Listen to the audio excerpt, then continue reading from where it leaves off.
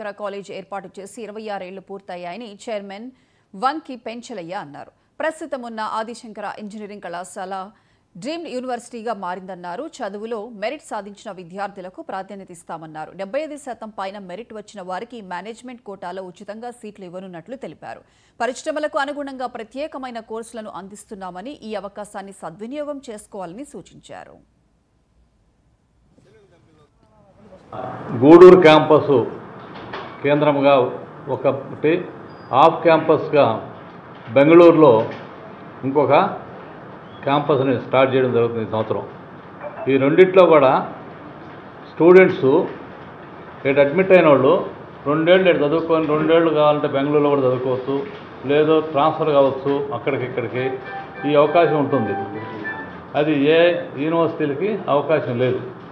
ఈ general category ఒకటి. రెండోది స్టూడెంట్స్ గూడూరులో చేరిన వాళ్ళు 3-4 సంవత్సరాలు కావాలంటే బెంగళూరు పోయి ఆడే ఈ సాఫ్ట్వేర్ ట్రైనింగ్లు కోర్సెస్ తీసుకొని అక్కడే ప్లేస్మెంట్ చేసే బాధ్యత కూడా ఆదిశంకర తీసుకుంటుంది. అది ఒక విశేషం. రెండోది 75% మార్క్స్ అబోవ్ ఉన్న విద్యార్థులకి గతంలో ఆదిశంకర 25 సంవత్సరాల ముందు స్టార్ట్ చేసిన 10% మేనేజ్మెంట్ కోటాలో ఫ్రీ సీట్స్ పూర్ మెరిటోరియస్ స్టూడెంట్స్కి ఇచ్చినాము. వాళ్ళందరూ ఇవాళ చాలా బాగున్నారు. అందరూ మంచి మంచి ఉద్యోగాల్లో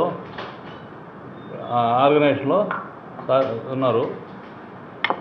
అదే రకంగా ఇప్పుడు డీమ్డ్ యూనివర్సిటీ అయినందుకు